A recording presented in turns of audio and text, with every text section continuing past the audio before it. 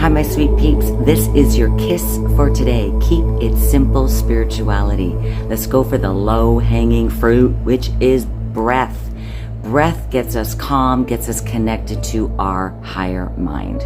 We all want to wake up. We all want to be consciously aware, make better decisions, and emit clearer energy. So let's start with our breath. This is a nasal breath today. Thumb, ring finger. Close that right nostril with your thumb. Here we go. Inhale through your left nostril. Close the left. Exhale through your right. Inhale through your right.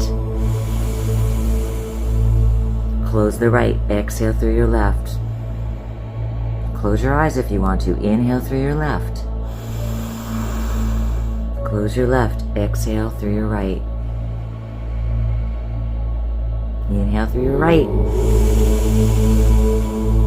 Close the right. Exhale through your left. Do this for a couple of minutes every day, a couple of times a day.